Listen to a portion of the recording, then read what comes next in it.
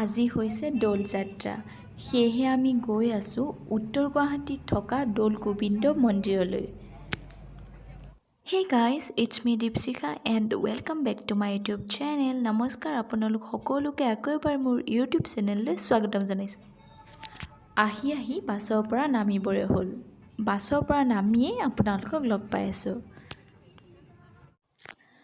আমি নজনা বুলি ভাবি খুৰাজনে আমাক ধুনীয়াকৈ বুজাই ক'লে যে আমি দৌল গোবিন্দ মন্দিৰলৈ যাবৰ কাৰণে আমি কোনটো ঘাটত যাব লাগিব আৰু কিমান টাইম লাগিব আৰু কেনেকৈ যাব পাৰিম বুজাই ধুনীয়াকৈ কৈ দিলে এয়া যে হাতত হালধীয়া পলিথিনটো দেখিছে অলপ পিছত গম পাব সকলো আপোনালোকে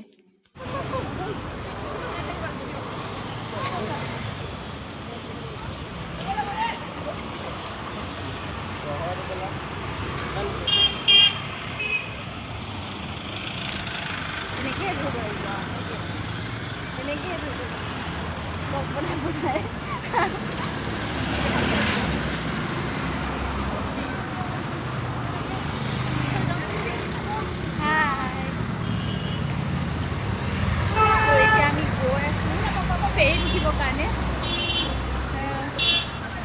জলপৰী ঘাট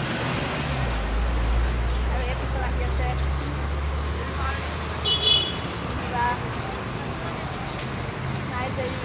আৰু এই আইতাজনী যাব বুলি লগ পালোঁ আমি ৰাস্তাতে অঁ এয়া উঠাইছোঁ ভিডিঅ' উঠি আছে আপুনি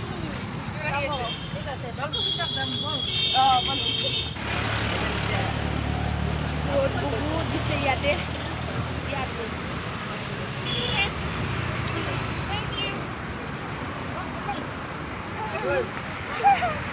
লাগিলে মই নাম লাগিছে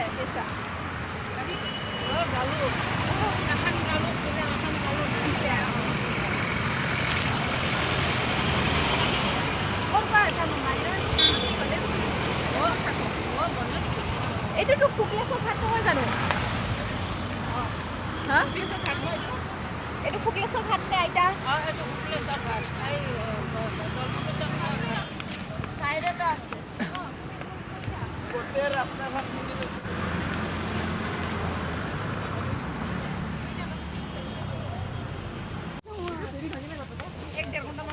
বহুত সময় হৈ গ'ল আমনিয়ে লাগি গৈছে হাই তোমাৰ নামটো বিউটি ৰেখা অঁ এই যে অলপ আগত হাই দিলে মৰম লগা ছোৱালীজনী তাই বোলে বহু ঘণ্টা ধৰি আমাৰ কাৰণে ৰৈ আছে দৌল গোবিন্দ মন্দিৰলৈ যাবৰ বাবে সেইবাবে তাইকো আমাৰ লগতে লৈ আনিলোঁ মন্দিৰলৈ যাবৰ কাৰণে আহি ঘাট পাবৰে হ'ল এয়া আমাৰ লগত আইতাও গৈ আছে দৌল গোবিন্দ মন্দিৰলৈ বুলি তেনেহ'ব বলক আপোনালোককো লৈ যাওঁ আমাৰ লগতে দৌল গোবিন্দ মন্দিৰলৈ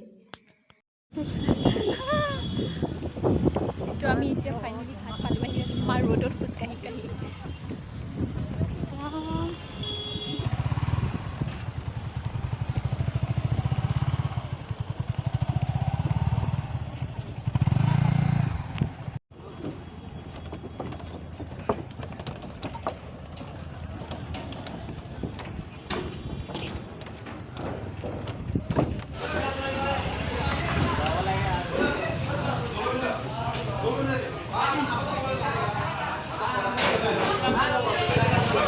টিকেট কাটিব লাগিব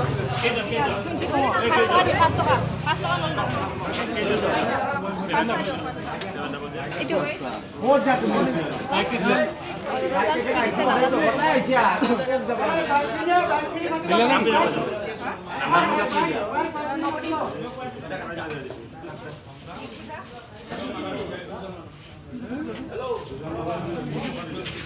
কিমান কৈছে 5 গাড়ী মান গ'লে বোলে অঁ তেনেহ'লে তাই বহুত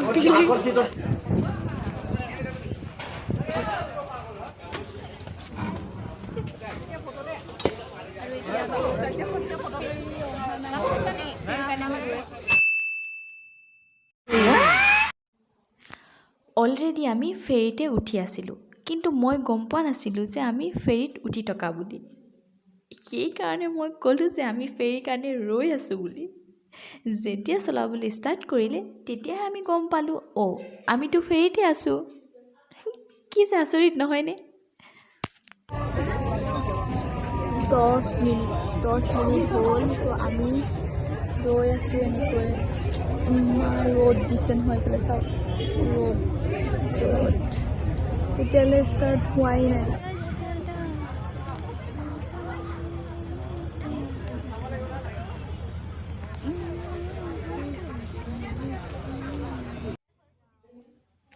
এয়া চাওকচোন, ইমান ধুনীয়াকৈ চলাই নিছে।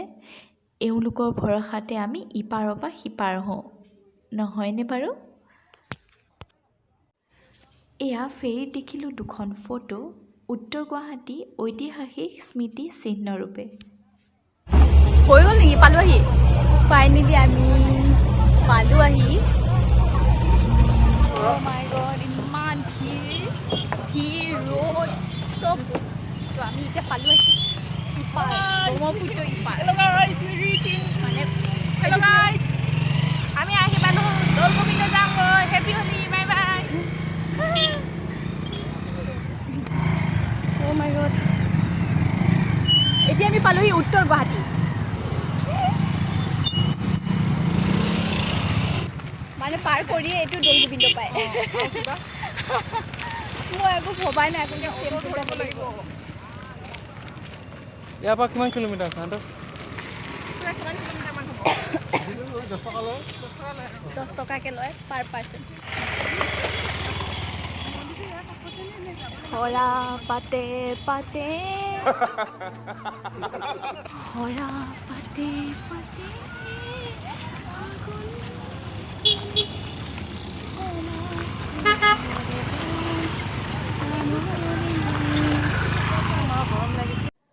ফেৰীৰ পৰা নামিয়ে 1-2 মিনিট অহাৰ পিছত এনেকৈ ৰিক্সা, টমটম, টেম্পু ৰৈ থাকে দৌল গোবিন্দ মন্দিৰলৈ নিবৰ কাৰণে। গৰম লাগিছে।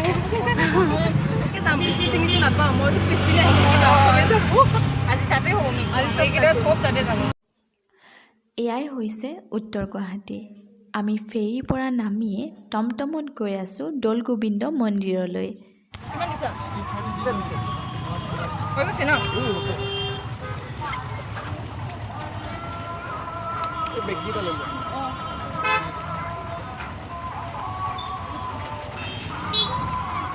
দাদা হেপী হোলি। মন্দিৰৰ পৰা আৰু কি কৰিব, মই এৰি দিম। হ'ব নালাগে আৰু। আমি 5টা একেলগে থাকিম, তাৰপিছত আমি থাকি পেলাই আমি বিলাম। গম পাইছা? কি ক'বা? এয়া যে বিলোৱা কথা ক'লোঁ, অলপ ঘৰতে ক্ষীৰ বনাই নিছিলোঁ ভোগ দিবৰ কাৰণে। আৰু সেই হালধীয়া পলিথিনটো যে দেখিছিলে তাৰ ভিতৰতেও ক্ষীৰ আছিলে। সেইকাৰণে আমি তাকে আলোচনা কৰি আছিলোঁ ক'ত কেনেকৈ দিব পাৰি।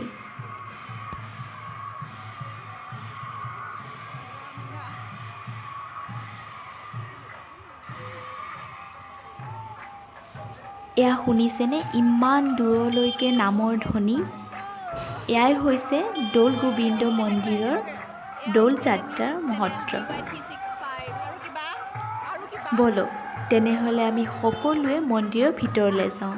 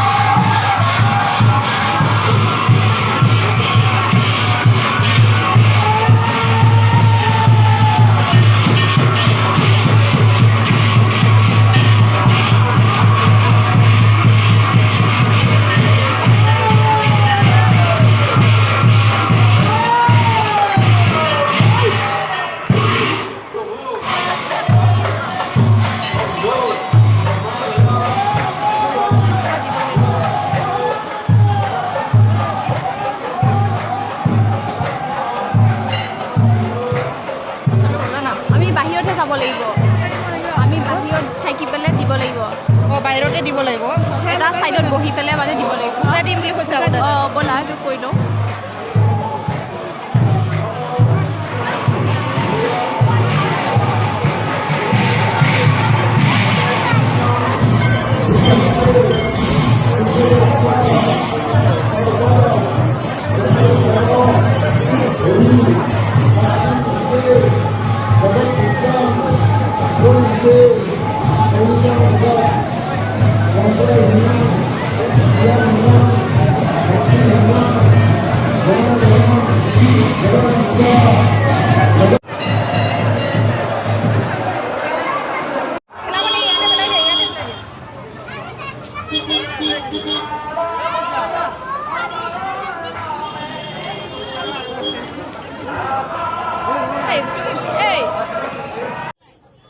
আমাৰ প্ৰায় ভোগ দিয়া হৈ গৈছে এতিয়া আমি ভিতৰলৈ যাম আৰু তাতে অলপ টাইম বহিম আমি বেছি টাইম ভিতৰত বহি থাকিবলৈ নোৱাৰিলোঁ ধূনাৰ ধোঁৱাটোৱে আমাৰ চকুত বৰ বেয়াকৈ ধৰিছিলে সেইকাৰণে আমি ভোজনালয়লৈ গ'লোঁ তাতেই ভোগ দি আছিল আৰু ভোজনালয় আহি দেখিলোঁ ইমান মানুহৰ ভিৰ ভোগ খাবৰ কাৰণে চাওকচোন আপোনালোকে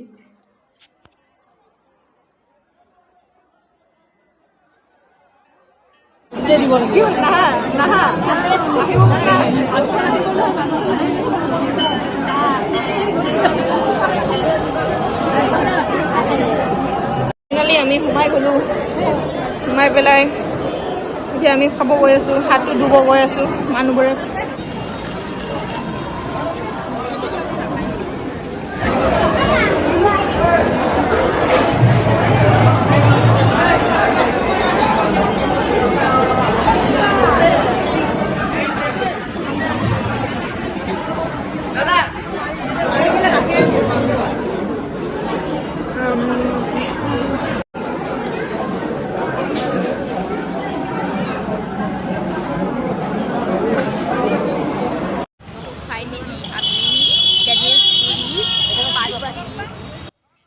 তো এইটোৱে আছিল আজিৰ ভিডিঅ' যদি ভাল লাগিলে চাই তেনেহ'লে like comment share and subscribe to my channel thank you bye bye take care